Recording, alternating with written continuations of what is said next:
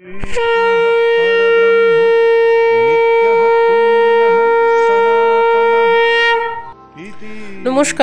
অমৃত সুরলহরীতে সবাইকে স্বাগত জানাই।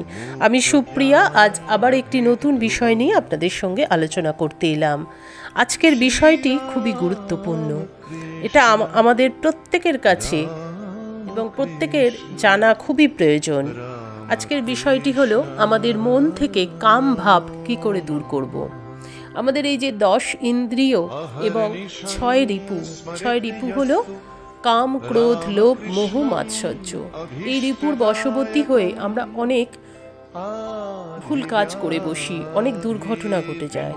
তার মধ্যে ভয়ঙ্কর রিপু হলো কাম। এই কামকে দমন করতে পারলেই কিন্তু অনেক কিছু দমন করা যায়, জীবনটা অনেক বেশি সহজ হয়, অনেক কিছু আর অন্য অনেক রিপুকে দমন করা যায়। তো সেই কাম দমন করতে গেলে আমাদেরকে কি করতে হবে? শ্রী শ্রী মা সারদা দেবী এই বিষয়ে কি বলেছেন, ঠাকুর শ্রীরামকৃষ্ণদেব কি বলছেন এবং পূজনীয় স্বামী বিরজানন্দজি মহারাজ এ বিষয়ে কি বলছেন আমরা শুনে নিই। চলুন শ্রী শ্রী মায়ের কথা থেকে, শ্রী জিতেন্দ্র মোহন চৌধুরী লেখা থেকে পাঠ করছি। গোয়ালপাড়ায় রথের দিন আমাদের জনৈক গুরু ভ্রাতা মাকে বলে, মা, মন বড়ই চঞ্চল, কিছুতেই ঠিক হয় না। তদুত্তরে মা বলিয়াছিলেন, যেমন ঝড়ে মেঘ উড়িয়ে নেয় তেমনি তার নামে বিষয় মেঘ কেটে যাবে। আমি মাকে ওই দিন মনের দুর্বলতা সম্বন্ধে নিবেদন করায় মা উত্তরে বলিয়াছিলেন, কাম কি একেবারে জায়গা? শরীর থাকলেই কিছু না কিছু থাকে। তবে কি জানো, সাপের মাথায় ধুলো পড়া পড়লে যেমনটি হয় তেমনটি হয়ে যাবে। মা একবার বলিয়াছিলেন, ভয় কি? সর্বদা জানবে তোমাদের পিছনে একজন আছেন। আরও বলিয়াছিলেন, যতদিন এই শরীর আছে আনন্দ করে চলে যাও। ঠাকুর শ্রীরামকৃষ্ণর কাছে আরেকজন জিজ্ঞাসা করছেন যে জিতেন্দ্রীয় হওয়া যায় কিরকম করে। তিনি বলছেন, আপনাতে মেয়ের ভাব আরোপ করতে হয়। আমি অনেক দিন সখী ভাবে ছিলাম। মেয়ে মানুষের কাপড় গয়না পরতুম, ওড়না গায়ে দিতুম, ওড়না গায়ে দিয়ে আরতি করতুম। তা না হলে পরিবারকে 8 মাস কাছে এনে রেখেছিলাম কেমন করে। দুজনেই মার সখী। আমি আপনাকে পুরুষ বলতে পারি না। একদিন ভাবে রয়েছি, পরিবার জিজ্ঞাসা করলে আমি তোমার কে? আমি বললুম, আনন্দময়ী। এবার প্রশ্ন আসতে পারে যে তাহলে তো সংসার অচল হয়ে যাবে না, সৃষ্টি অচল হয়ে যাবে, তাহলে কাম থাকবে না আমাদের মধ্যে? নিশ্চয়ই থাকবে। একজন স্ত্রী থাকবে, একজন স্বামী থাকবে, নিশ্চয়ই সব থাকবে, কিন্তু সেই সংযত থাকবে সবটাই। এখানে আবার পূজনীয় স্বামী বিরজানন্দজি মহারাজ বলছেন, কামভাব দূর করবার একমাত্র উপায় হচ্ছে পুরুষের পক্ষে সব স্ত্রীলোককে মাতৃভাব এবং স্ত্রীলোকের পক্ষে সব পুরুষের সন্তান ভাব পোষণ করা। এ ভাব না থাকলে পতনের সম্ভাবনা থাকবেই।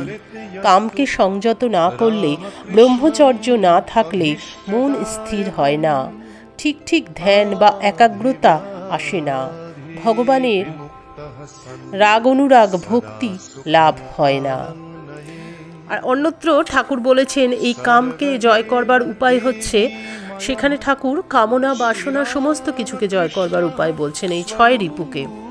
সেটা হলো কি না, হাততালি দিয়ে ঠাকুরের নাম করা, সকাল সন্ধ্যায় হাততালি দিয়ে ঈশ্বরের নাম করা।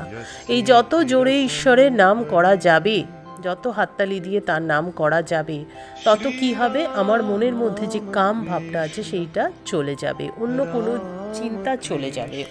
আর যখনই এই চিন্তা চলে যাবে তখনই কিন্তু কাম ভাব চলে যাবে ভেতর থেকে।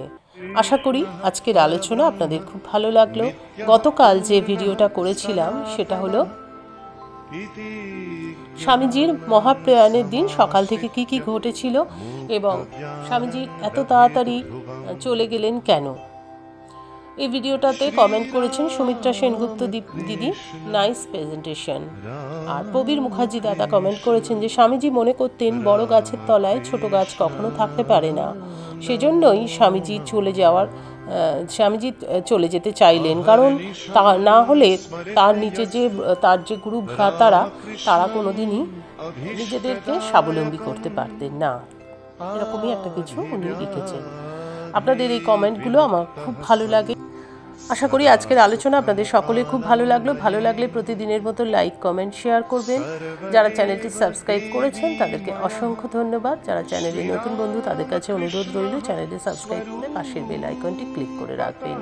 আপনাদের সকলের এই কমেন্ট আমাকে অনেকখানি উৎসাহিত করে এবং আমি মনে করি এগুলো ঠাকুর মা স্বামীজির আশীর্বাদ আমার উপরে। এইভাবেই অমৃত সুরলহরী পরিবারের সঙ্গে থাকুন। অমৃত সুরলহরী পরিবারের সঙ্গে থেকে ঠাকুর মায়ের স্মরণ মননে থাকুন। আজকে এখানেই শেষ করব। আবার আপনাদের সঙ্গে দেখা হবে আগামী ভিডিওতে। হরি ওম তৎসৎ। শ্রী রামকৃষ্ণ অর্পণমস্তু। জয় মা শারদেশ্বরী। জয় তু স্বামীজি মহারাজ। প্রণাম বিরজানন্দজি মহারাজ।